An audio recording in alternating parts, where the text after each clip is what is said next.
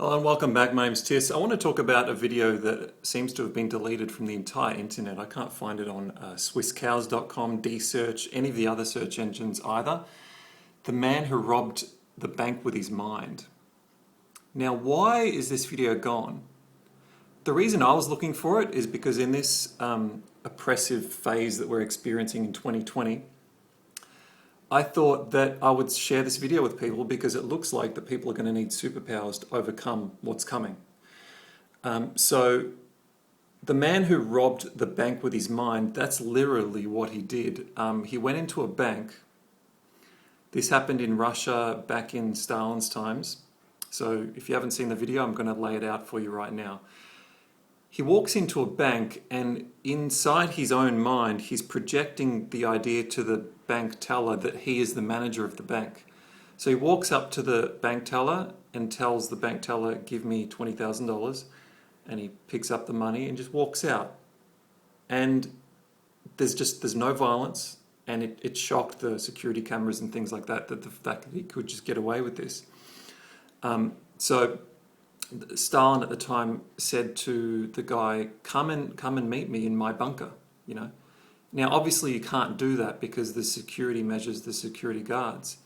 So the guy, this man who was endowed with what seemed to be perfect concentration of mind, he is in the snow, it's snowy time in Russia, I guess.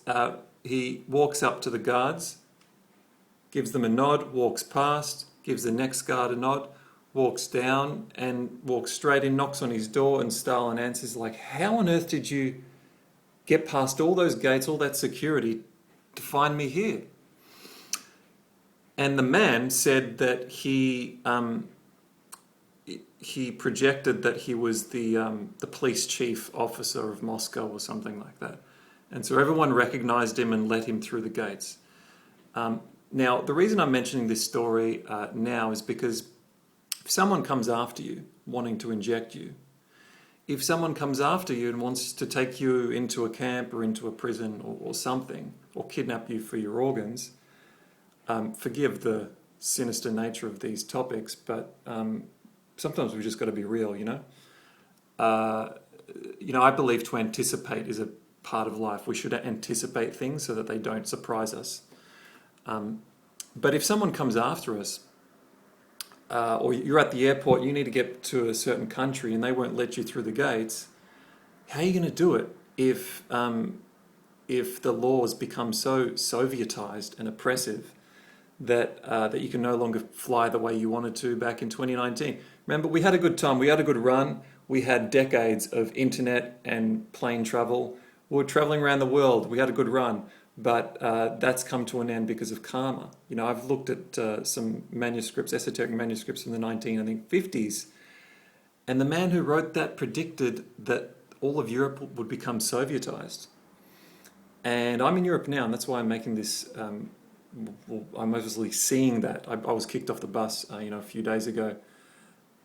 So things are playing out now. You can't go get hospital surgery without getting, nasal swabs and things like that. So there's new regimes that have come into place, and I think that if we are going to move into a very dangerous period, which is coming in November, what we got to understand is that there's so much internal and external sources that I'm experiencing right now that are telling me and that are telling others, just people don't see the writing on the wall, or in this case, they don't even see the writing on the computer screen.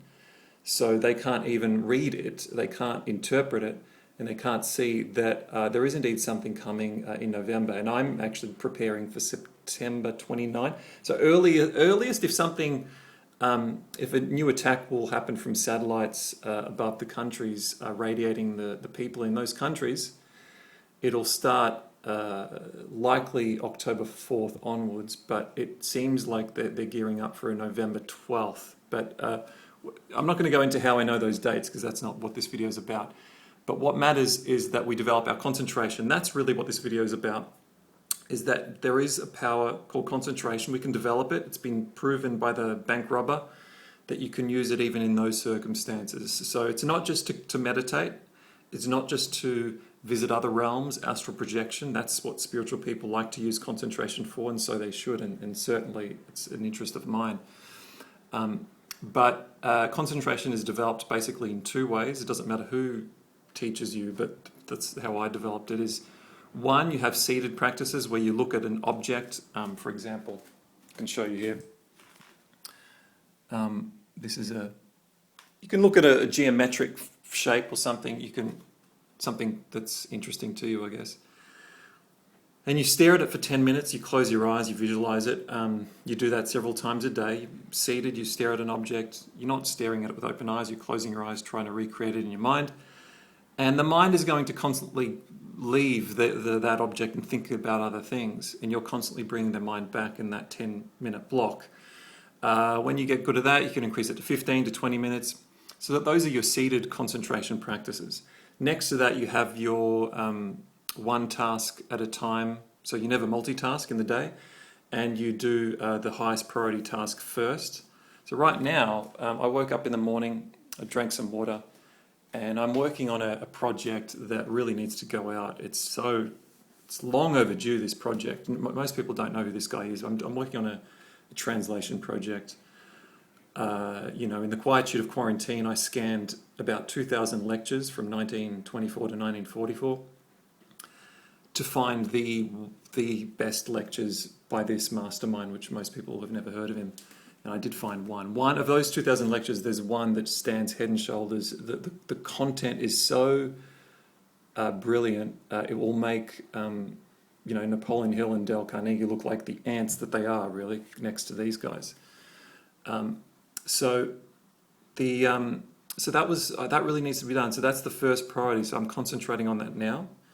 I'm going to do some seated practices to develop my concentration, because my concentration is not what it used to be. I've done a lot of traveling. I've lived in 7 different countries, and I lost that discipline. I got lazy. So now I have to get back there, because we're at war now. This is the oppression has arrived, and it's going to get worse. This video really is about you. Do you want to develop concentration? Is this something that you need to get working at pretty quickly, pretty urgently? If so, maybe you want to get the book, The Astral Codex, when it's re-released. Right now it's out of print. It's going to cost you about $1,000 to buy that book, because that does talk about the necessity to develop concentration, in particular with the relation to visiting other dimensions. But in any case, in every case, concentration helps. It's a secret of success. It's probably the most important secret. Nowadays the business people, they call it focus, not so much concentration. As spiritual people call it concentration, the materialistic people call it focus. But yeah, I won't go on. I think that's all I need to say. That in the future, concentration will be even more required, because the conditions of Earth will be more oppressive, more restrictive, and it seems as though we will need magical powers and faculties to sidestep and dodge all the dangers that await us. And concentration is right at the top of that list.